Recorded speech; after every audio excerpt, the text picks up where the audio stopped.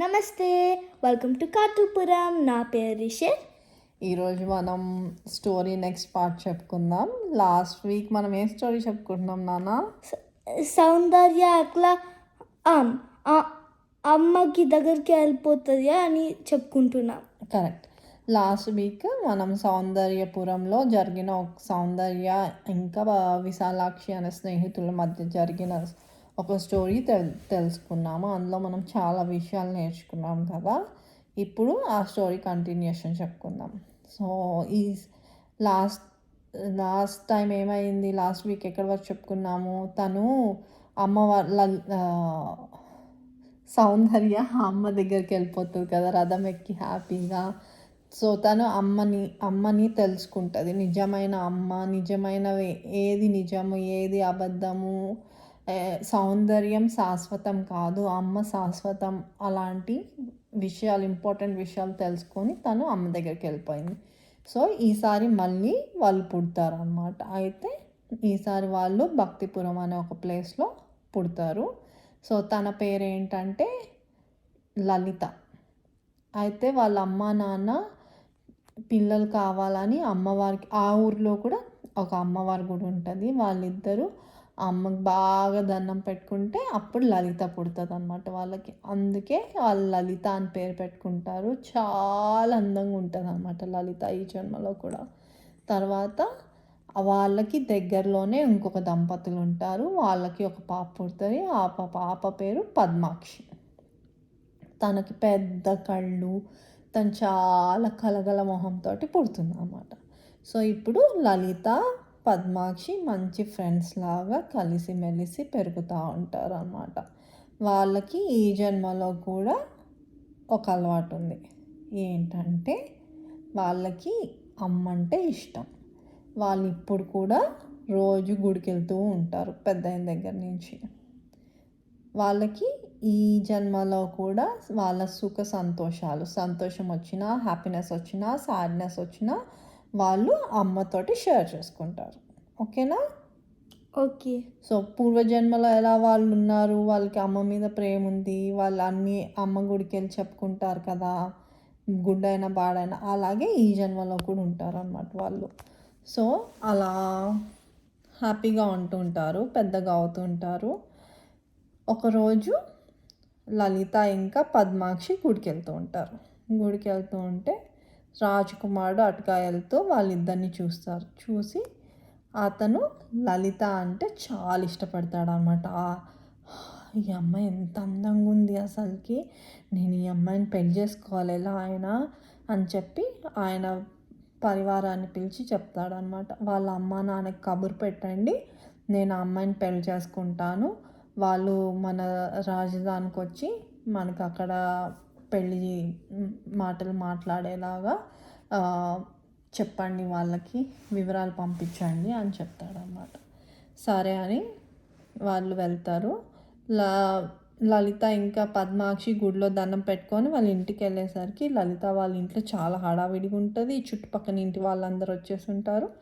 లలితకి ఏం అర్థం కాదు. లోపలికి వెళ్ళి ఏంటమ్మా హడావిడి అని అడుగుతుంది. అప్పుడు వాళ్ళ అమ్మ చెప్తుంది అనమాట, ఇలా రాజకుమార్కి నువ్వు నచ్చావంటమ్మా, నేను పెళ్లి చేసుకుంటా అని కబురు పంపించాడు అని. అప్పుడు లలితకి ఎందుకో చాలా బాధేస్తుంది, ఏడుపు వస్తూ ఉంటుంది అనమాట. ఏంటి నాకు పెళ్ళనంగానే ఇంత బాధేస్తుంది, లోపల నుంచి నాకు అస్సలు ఇష్టంగా లేదు, ఎందుకు నాకు ఇలా అనిపిస్తుంది అని చెప్పి తన మనసుని డైవర్ట్ చేసుకుందామంటే కూడా తనకి అలాగే బాధేస్తూ ఉంటుంది అన్నమాట. తనకి లోపల ఒక్కొక్కసారి ఏదైనా సాడ్ థింగ్ జరిగిందనుకో, నీకు ఇష్టమైనది ఏదన్నా ఇరిగిపోయిందో పాడైపోతే అప్పుడు నీకు మనసు లోపల చాలా సాడ్గా ఉంటుంది కదా. ఆ రోజంతా యూ కెనాట్, నువ్వు వేరే పని చేయాలంటే కూడా నీకు ఇష్టం ఉండదు కదా. అలా తనకు చాలా బాధేస్తుంటుంది అన్నమాట. సరే అప్పుడు ఏం చేస్తుంది లలిత, తనకు అలవాటు కదా అమ్మ దగ్గరికి వెళ్తుంది. అమ్మ దగ్గర గుడికి గబగబా వెళ్తుంది. మళ్ళీ వెళ్ళి చెప్తుంది, అమ్మా నాకు ఇంత బాధ వేస్తుంది, ఎందుకమ్మా, నాకేం తప్పు చేశాను, నాకు ఇలా ఎందుకు పెళ్ళంటే ఇంత లోపల నుంచి ఏడుపు వస్తుంది, ఏం జరుగుతుందమ్మా నువ్వు నాకు చెప్పు అని బాగా ఏడుస్తుంది అన్నమాట. తను అంత భక్తితో ఆర్తితో అమ్మని పిలిచి అడుగుతుంది కదా. అప్పుడు తనకి మాట వినిపిస్తుంది అన్నమాట. ఏంటంటే నీకు కళ్ళు మూసుకో, నీకెందుకు బాధ వేస్తుందో నేను చెప్తాను అని చెప్తుంది అని మాట వినిపిస్తే తను కళ్ళు మూసుకుంటుంది. కళ్ళు మూసుకోగానే తనకి అన్ని పూర్వజన్మలో జరిగినవన్నీ గుర్తొస్తాయి. సౌందర్యపురము, సౌందర్య, విశాలాక్షి, వాళ్ళ అమ్మ నాన్న, అప్పుడు రాజకుమారుడు విశాలాక్షిని చేసుకోవడము, అవంతా తను అమ్మవారితోటి ఒళ్ళో పడుకోవడము, తను రథం ఎక్కి వెళ్ళిపోవడం, అవన్నీ గుర్తొస్తుంది. అప్పుడు ఇంకా తనకి ఇంకా హ్యాపీనెస్ వచ్చేస్తుంది అన్నమాట. ఓ, నా పర్పస్ ఏంటి, నేను ఎందుకు మళ్ళీ పుట్టాను, నేను అమ్మని తెలుసుకున్నాను కాబట్టి అది నా పర్పస్ వేరే ఉంది. నేను పెళ్ళి కోసం పుట్టలేదు, నేను పెళ్ళి చేసుకోవడానికి రాలేదు ఈ భూమి మీదకి, అందుకే నాకు ఏడుపు వస్తుంది అని తను తెలుసుకుంటుంది అన్నమాట. అప్పుడు అడుగుతుంది, అమ్మ కాళ్ళ మీద పడి అడుగుతుంది, నన్ను ఏం చేయమంటావు అమ్మ, ఇప్పుడు నాకేంటి డైరెక్షన్ ఏంటి, నువ్వు చెప్పు, నాకు ఎటు వెళ్ళాలో నువ్వు చెప్పు, నాకు దారి చూపించు అని అడుగుతుంది అన్నమాట. అంతా మంచి జరుగుతుంది తల్లి, నువ్వు దేనికి బాధపడకు, నువ్వు వెళ్ళి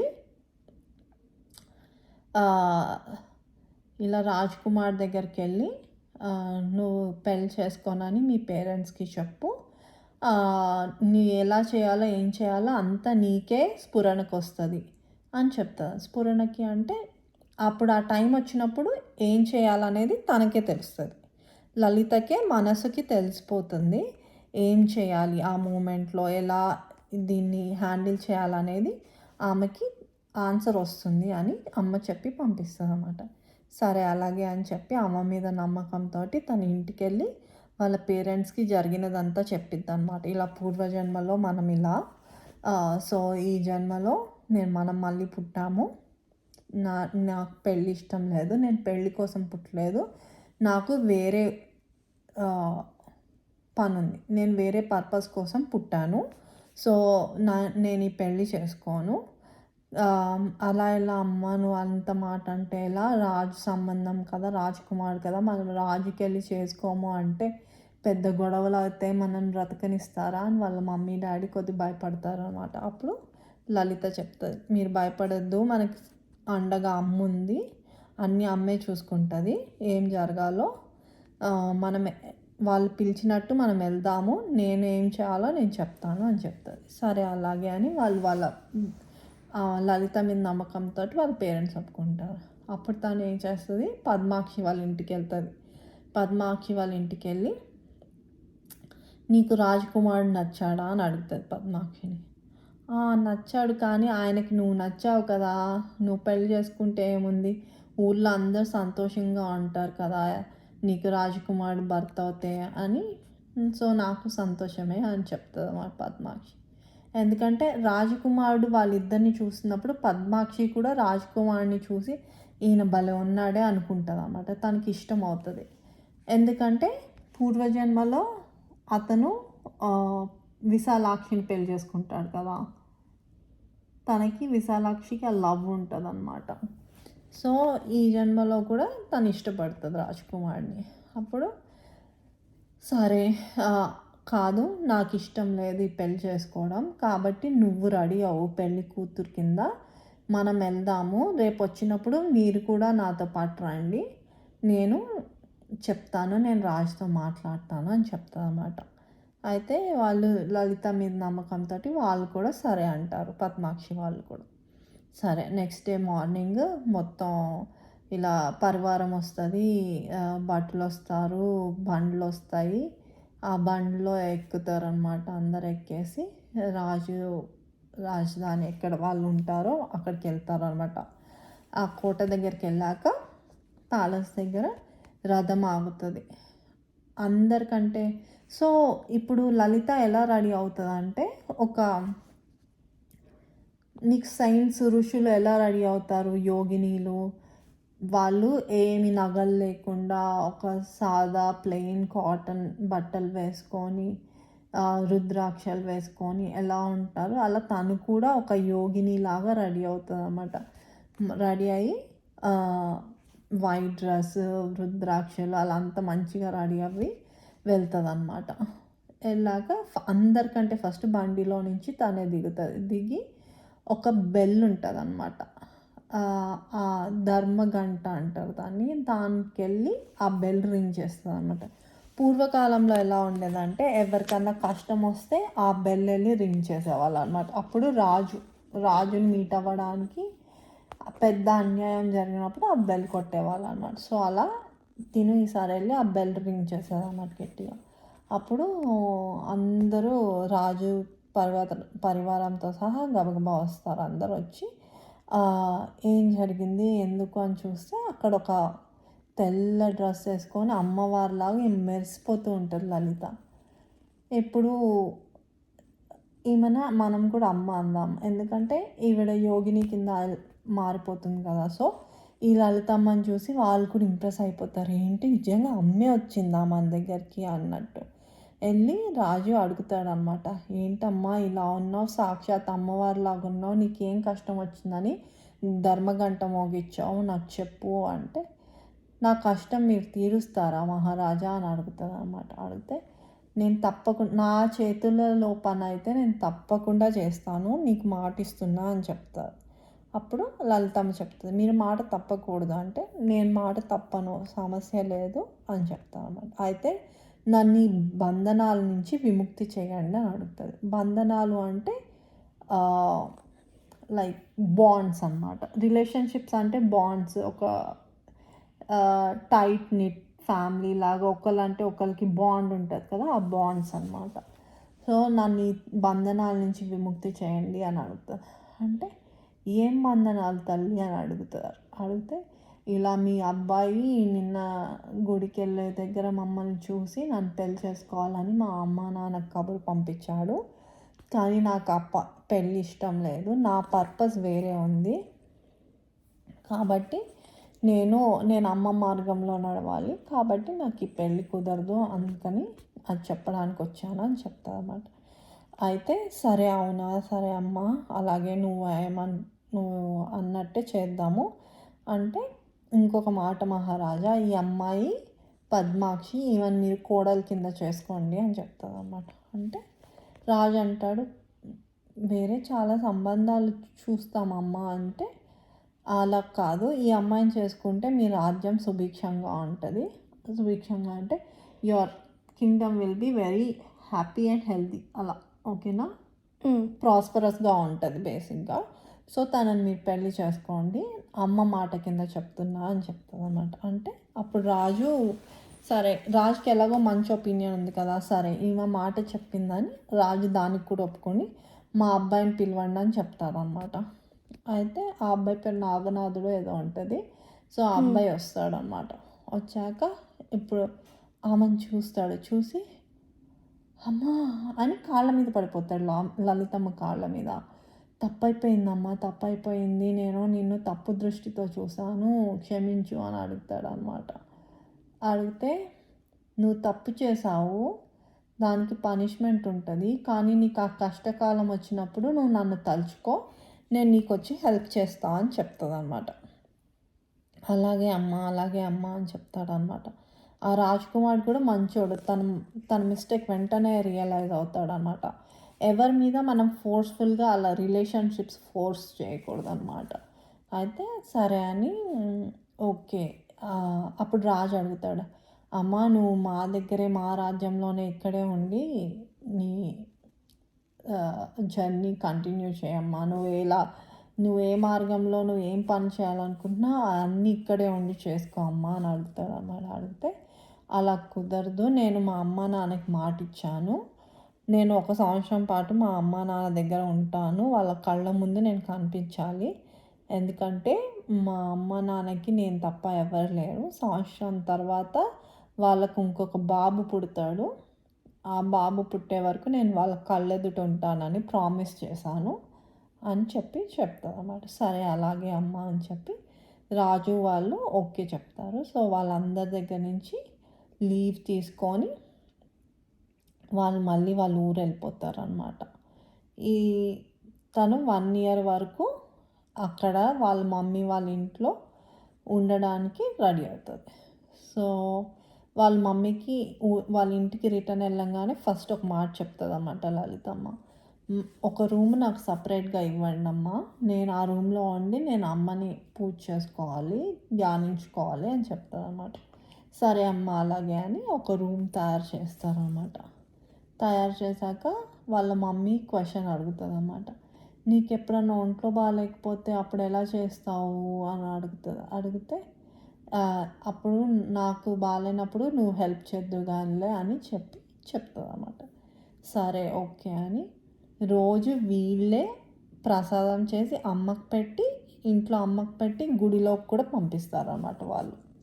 ఎందుకంటే ఇప్పుడు లలితమ్మ మారిపోయింది కదా, ఆవిడ యోగినిగా అయిపోయింది కదా. సో ఆవిడ ఇవన్నీ దేవుడి నైవేద్యాలు ఇవన్నీ కూడా వాళ్ళ ఇంటి నుంచే వెళ్తూ ఉంటాయి అన్నమాట. ఎప్పుడైనా దేవుడికి గుడిలో నైవేద్యం చూస్తే పూజారి అలా మంచి వాళ్ళు చేస్తూ ఉంటారు కదా, అలా ఎవరు ప్రేమతో భక్తులు ఎవరు ఇష్టం ఉంటే అలా నైవేద్యం పంపించుకోవచ్చు. కాబట్టి అలా ఆవిడ నైవేద్యం చేసి పంపిస్తుంది అన్నమాట గుడికి. అయితే మెల్లగా ఈవెన్ చూసి ఆ ఊర్లో పిల్లలు, చిన్న చిన్న పిల్లలు, పెద్దవాళ్ళు అందరు పొద్దున జాబ్స్కి వెళ్తారు కదా పనులకి. సాయంత్రం అవ్వగానే అందరూ ఆమె దగ్గరికి వస్తారన్నమాట. లలితమ్మ వాళ్ళ ఇంటికి వస్తారు. వచ్చి కొంతసేపు ఆమె దగ్గర కూర్చొని ఆమె చెప్పే మంచి మాటలు వినడానికి రోజు వస్తూ ఉంటారన్నమాట వాళ్ళు.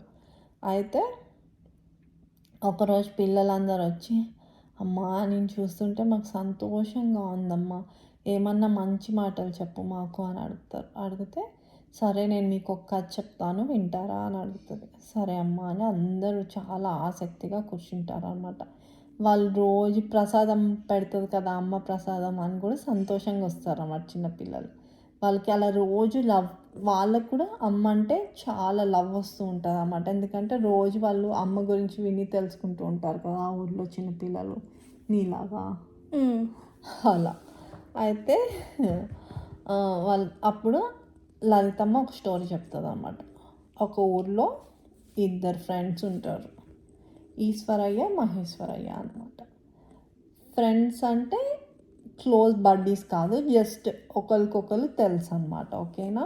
అలా ఇప్పుడు ఈశ్వరయ్య ఏమో ఏదైనా సరే దేవుడి వల్లే, దేవుడే దిక్కు, దేవుడి వల్లే ఇది వచ్చింది, దేవుడి వల్లే నేను రక్షింపబడ్డాను, అలా అంతా దేవుడి ధ్యాసలో ఉంటాడనమాట ఆయన ఈశ్వరయ్య. మహేశ్వరయ్య ఏంటంటే తన కష్టం నమ్ముకుంటాడనమాట. ఏదన్నా జరగాలంటే నువ్వు బాగా కష్టపడాలి, నువ్వు కష్టపడితే ఏదన్నా సాధించగలవు అని తను సెల్ఫ్ డిపెండెంట్, తనని తను నమ్ముకుంటాడు, తన కష్టాన్ని నమ్ముకుంటాడు అనమాట. అయితే ఇద్దరు అలా ఉంటారు, ఇద్దరు పొలాలు చేసుకుంటూ ఉంటారు.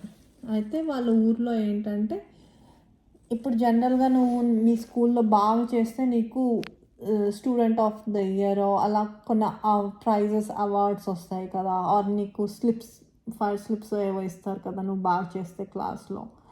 అలా కంపెనీలో చేస్తే good employee of the year అలా ఇస్తారు. అలా వాళ్ళ ఊర్లో ఏంటంటే ఎవరు బాగా పొలం పండిస్తారో, ఎవరు బాగా కొత్త మంచి టెక్నిక్స్ యూజ్ చేసి పొలం పండిస్తారో వాళ్ళకి అవార్డ్, డబ్బులు వస్తాయి, గిఫ్ట్ వస్తుంది, పేరు వస్తుంది, అలా అనమాట. అయితే ఆ ఇయర్ మహేశ్వరయ్యకి బాగా పొలం పండుతుంది, చాలా హ్యాపీగా ఉంటాడు, ఆయనకి అవార్డు వస్తుంది మహేశ్వరయ్యకి. తను చాలా హ్యాపీ ఫీల్ అవుతాడు, నా కష్టం చూసావా, నేను ఎంత కష్టపడినందుకు నాకు రిజల్ట్ వచ్చింది అని హీఈస్ వెరీ హ్యాపీ అనమాట. అయితే అదే అక్కడే పక్కన ఎక్కడైతే ఈశ్వరయ్య పొలం ఉందో అటువైపు డ్రాట్ వస్తుంది అన్నమాట. అటువైపు సైడ్ పొలాలు సరిగ్గా పండవు అనమాట. అతనికి ఎంత అంటే కొంచెం అంటే వాళ్ళ ఇంట్లో తినడానికి అంతా పండుతుంది అన్నమాట, ఇంకా మిగతాదంతా లాస్ అయిపోతాడు అన్నమాట ఈశ్వరయ్య. అయితే ఈశ్వరయ్య ఏం చేస్తాడంటే దేవుడికి థ్యాంక్ యూ చెప్పుకుంటాడు. దేవుడా నువ్వు ఎంత జాలి కలవాడివి, నువ్వెంత మంచివాడివి, నీకెంత కరుణ ఉంది చూడు, నేను ఈ బిడ్డ ఆకలితో ఏమైపోతాడో, ఈ బిడ్డ తన ఫ్యామిలీని ఎలా పోషించుకుంటాడో కుటుంబాన్ని అని నువ్వు నా మీద జాలితోటి నాకు ఇంత మిగిల్చావు కదా పంట, నువ్వు ఎంత మంచివాడివి అని థ్యాంక్ యూ చెప్పుకుంటాడు అన్నమాట. అంటే అతనికి దేవుడు అంటే అంత ఇష్టం చూసావా. అతను పొలం పండలేదా అని బాధపడి నువ్వెందుకు విన్నావు దేవుడా, నువ్వెందుకు నాకు పొలం పండించలేదు అని అడగలేదు. నువ్వు అట్లీస్ట్ నాకు తినడానికి, నా పిల్లలు తినడానికి నువ్వు ఇంత నాకు పొలం ఇచ్చావు కదా, పంట ఇచ్చావు కదా అని థ్యాంక్ యూ చెప్పుకున్నాడు. సరే, తర్వాత ఆ ఇయర్ అలా అవుతుంది. నెక్స్ట్ ఇయర్ ఏమవుతుందంటే మహేశ్వరయ్యకి పొలం పండదు, డ్రాట్ వస్తుంది. అసలేం పండదు అన్నమాట. ఈశ్వరయ్యకేమో చాలా మంచిగా పండుతుంది. సో ఈశ్వరయ్య ఏం చేస్తాడు, తనకు కావాల్సినంత ఉంచుకొని చాలా ఎక్సెస్ వచ్చింది కదా, అది ఎవరికైతే డ్రాట్ వచ్చిందో వాళ్ళకి కొన్ని బ్యాగ్స్ ఆఫ్ గ్రెయిన్ ఇస్తాడనమాట. వేరే వాళ్ళకి, చుట్టుపక్కల వాళ్ళకి, ఎవరైతే వాళ్ళకి తినడానికి ఫుడ్ కావాలి కదా, మరి ఏం లేకపోతే కష్టం కదా. అయితే అలాగే మహేశ్వరయ్య గురించి కూడా తెలిసి మహేశ్వరయ్య దగ్గరికి వెళ్ళి, మహేశ్వరయ్య ఇలా నాకు మంచిగా పండింది, నీకు కావాలంటే కొంత తీసుకో, సగం తీసుకో, నా పొలంలో పంటలో పర్లేదు, మనం తర్వాత నెక్స్ట్ ఇయర్ మళ్ళీ చూసుకుందాం అని చెప్తాడు అన్నమాట. చెప్తే మహేశ్వరయ్య నాకు వద్దు అని చెప్తాడు అన్నమాట. ఎందుకంటే తనకి బాధ అనమాట, కోపం వస్తుంటుంది, ఇగో వస్తుంటుంది అన్నమాట. కానీ ఏం చేయాలి, తను కావాలి కదా కొంత వాళ్ళ ఫ్యామిలీ కోసం తీసుకుంటాడు అన్నమాట. తీసుకున్న తర్వాత వెళ్ళి చాలా బాధపడుతూ ఉంటాడు అన్నమాట. వెళ్ళి క్వశ్చన్ చేసుకుంటూ ఉంటాడు, ఎందుకు నేను ఇంత కష్టపడ్డాను, నేను పొద్దున్నే లేసాను, నేను రోజు పొలం వచ్చి దున్నాను, నేను అంత దానికి ఇవ్వాల్సిన ఎరువు అంతా వేశాను, ఎందుకు నాకు పొలం పండలేదు, నా ఫ్యామిలీని పోషించుకోవడానికి కూడా ఎందుకు నాకు ఇలా లేకుండా పోయింది అని బాధపడుతూ ఉంటాడు అన్నమాట. ప్రతి మనిషిలో దేవుడు ఉంటాడు కదా. So he's questioning his inner self. అంటే మహేశ్వరయ్య అలా అడుగుతున్న క్వశ్చన్స్కి తనలో ఉన్న దేవుడి దగ్గర నుంచి ఆన్సర్ వస్తుంది అన్నమాట. ఏమని అంటే, కరెక్టే, నువ్వు పని చేసావు, కానీ నువ్వు ఎప్పుడు ఏమనుకుంటున్నావు, ఆ పని నా గ్రేట్నెస్, నేనే చేశాను అనుకుంటున్నావు, అంతేకాని నీ పనికి ఇంకెవరు హెల్ప్ చేస్తున్నారని నువ్వు అనుకోవట్లేదు. ఈశ్వరయ్య ఏం చేశాడు, లాస్ట్ ఇయర్ పొలం పండనప్పుడు తను గ్రాటిట్యూడ్ చూపించాడు. ఈసారి పొలం బాగా పండితే కూడా హీ వాజ్ వెరీ థ్యాంక్ఫుల్. తను థ్యాంక్ఫుల్లే కాకుండా అందరికీ హెల్ప్ చేసి నీకు కూడా హెల్ప్ చేశాడు. ఎలా హెల్ప్ చేశాడు, అతను ఏదో నీకు ముష్టిలాగా ఇదిగో హాఫ్ బ్యాగ్ తీసుకో, 1 kg తీసుకో అని, తను హోల్ హార్టెడ్గా నీకు హాఫ్ క్రాప్ ఇస్తా అని చెప్పాడు. అంత మంచితనం ఉంది అతని దగ్గర. నువ్వు చేసావు, నువ్వు చేయలేదు అని అనట్లేదు, నువ్వు నీ కష్టాన్ని నమ్ముకున్నావు, which is a very good thing. నువ్వు చేసావు, కాకపోతే నువ్వు గ్రాటిట్యూడ్ని మర్చిపోయావు లైఫ్లో. ఇది నీకెవరిచ్చారు, సన్ ఇచ్చాడు, ఎర్త్ కావాలి, వాటర్ కావాలి, ఇవన్నీ ఉంటే నీ పొలం పండుతుంది కదా. ఇవన్నీ లేకపోతే, ఈ ఎలిమెంట్స్ లేకపోతే నీ పొలం పండదుగా, పండదు. అప్పుడు అన్నిటికీ నేచర్కి థ్యాంక్ఫుల్గా ఉండాలి కదా. కానీ నువ్వు పొగరుగా నీకు బాగా పండిన రోజు నువ్వు ఎవ్వరి గురించి పట్టించుకోలేదు, ఎవరు కష్టాల్లో ఉన్నారని నువ్వు ఆఫర్ కూడా చేయలేదు, కొంచెం కనీసం ఒక బ్యాగ్ గ్రెయిన్ కావాలా అని కూడా నువ్వు అడగలేదు, ఆఫర్ కూడా చేయలేదు నువ్వు ఎవరికి. సో అదే డిఫరెన్స్. నువ్వు ఈ తప్పు చేసింది నువ్వు తెలుసుకోవాలి అని చెప్తానమాట. అప్పుడు మహేశ్వరయ్య రియలైజ్ అవుతాడు, అవును కరెక్టే, నేను లాస్ట్ ఇయర్ తనకు అవార్డు వచ్చింది కదా, అప్పుడు మిగతా వాళ్ళకి కరువు వచ్చింది కదా, అప్పుడు వాళ్ళని ఎవరిని ఆయన హెల్ప్ చేయడు కదా, అండ్ ఆయనకి గ్రాటిట్యూడ్ కూడా లేదు. ఎంతసేపటికి నేనే ఇదంతా, ఈ సక్సెస్ మొత్తం నా వల్లే, నా ఒక్కడి వల్లే అని అనుకుంటున్నాడు అనమాట. అది ఆయన చేసిన మిస్టేక్. సో ఇప్పుడు ఆయన అది ఫిక్స్ చేసుకుంటాడు. సో ఆ నెక్స్ట్ ఇయర్ ఈశ్వరయ్యకి మహేశ్వరయ్యకి ఇద్దరికి పొలం పంటలు బాగా పండుతాయి, ఇద్దరు హ్యాపీగా ఉంటారు. అప్పటి నుంచి మహేశ్వరయ్య ఎవరిని తక్కువగా చూడ్డు, ఈశ్వరయ్యని కూడా చాలా గ్రాటిట్యూడ్ తోటి ఫ్రెండ్ లాగా ట్రీట్ చేస్తాడు. సో ఇప్పుడు అందరూ వాళ్ళ మిస్టేక్స్ కరెక్ట్ చేసుకోవడం వల్ల అందరూ దేవుడి చల్లని చూపుకి పాత్రులై హ్యాపీగా ఉంటారు. ఓకేనా? Okay. Okay, so as usual ఈ స్టోరీలో నీకేం నేర్చుకున్నావు? ఈ స్టోరీలో న- నేనే న- నీకు దేవుడికి గ్రాటిట్యూడ్ ఉండాలి. అన్నీ ఇచ్చాడు కదా, సన్ ఇచ్చాడు, వాటర్ ఇచ్చాడు, ఇంకా ఆ, భూమి ఇచ్చాడు, అవన్నీ ఇచ్చాడు కదా. అవన్నీ లేకపోతే పంటలు పండుతాయా? పండవు. నువ్వు ఉంటావా? ఉండను. Okay, good. అంది. యా, సో ఈ వరల్డ్లో మనం ఊపిరి ఇంకా నేనే అని అనుకోవద్దు. నీకు దేవుడు నాకు దేవుడే నేను హెల్ప్ చేస్తున్నా. నువ్వు అని అనుకుంటే అలా కాదు. Yeah, good. So correct. దేవుడు మనకి ఇన్ని ఇచ్చాడు కాబట్టి మనము పక్కన వాళ్ళ కష్టంలో ఉంటే ఆ కష్టంలో వాళ్ళకి హెల్ప్ చేయడానికి ట్రై చేయాలి. అండ్ ఎప్పుడు నేనే అలా అనుకోకూడదు. నేనే లేదు, ఎందుకంటే దేవుడు ఇవ్వడం వల్లే మనం ఉన్నాం కాబట్టి మనం ఆ దేవుడి పట్ల గ్రాటిట్యూడ్ తోటి. అండ్ మహేశ్వరయ్య చెప్పిన దాంట్లో ఒక ఇంపార్టెంట్ గుడ్ పాయింట్ కూడా ఉంది. మనం కష్టం చేయాలి, కష్టం మీద నమ్ముకోవాలి. ఊరికే మనం దేవుడన్న పొలం పండి, దేవుడమ్మ పొలం పండి అని మనం క్వైట్గా కూర్చుంటే రోజు సోఫాలో పొలం పండదు కదా. రోజు వెళ్ళి కష్టపడి దున్నాలి, నాటాలి, నీళ్ళు పోయాలి, ఎరువులు వేయాలి, అవన్నీ కరెక్ట్గా చేసి కష్టపడితే అప్పుడు దేవుడు మనకి హెల్ప్ చేస్తాడు. మమ్మీ, ఎరువులు అంటే ఏంటి? ఫర్టిలైజర్స్. ఓ ఓల్డ్ అంటే కౌ డంగ్ అవన్నీ వేస్తే బాగా పొలం బాగా పండుతుంది అన్నమాట. సో అలా అన్నీ కష్టం. మనం ఎప్పుడు నువ్వు స్టడీ చేయడం, హార్డ్ వర్క్ చేసి నువ్వు ప్రాక్టీస్ చేసుకుంటే అప్పుడు ఎగ్జామ్లో దేవుడు నీకు హెల్ప్ చేస్తాడు. అర్థమైందా? మనం రోజు చదువుకోకుండా ఎగ్జామ్ ముందు రోజు దేవుడి గుడికి వెళ్ళి దేవుడా నాకు 100 మార్క్స్ ఇచ్చే దేవుడా ప్లీజ్ అంటే దేవుడు అంటాడు. అర్థమైందా? సో మనం కష్టపడి బాగా దేవుడి పట్ల గ్రాటిట్యూడ్తో ఉంటే దేవుడు మనల్ని చల్లగా చూస్తాడు. ఎప్పుడు దేవుడు మనం చల్లగా చూస్తాడు. బట్ మనం చేయాల్సిన పని మనం కరెక్ట్గా చేస్తే అప్పుడు గాడ్ కూడా మనతో హ్యాపీగా ఉంటాడు. ఓకేనా? ఓకే. కథ కంచికి మనం ఇంటికి. మళ్ళీ ఇంకో స్టోరీతో కలుద్దాం. బాయ్. బాయ్.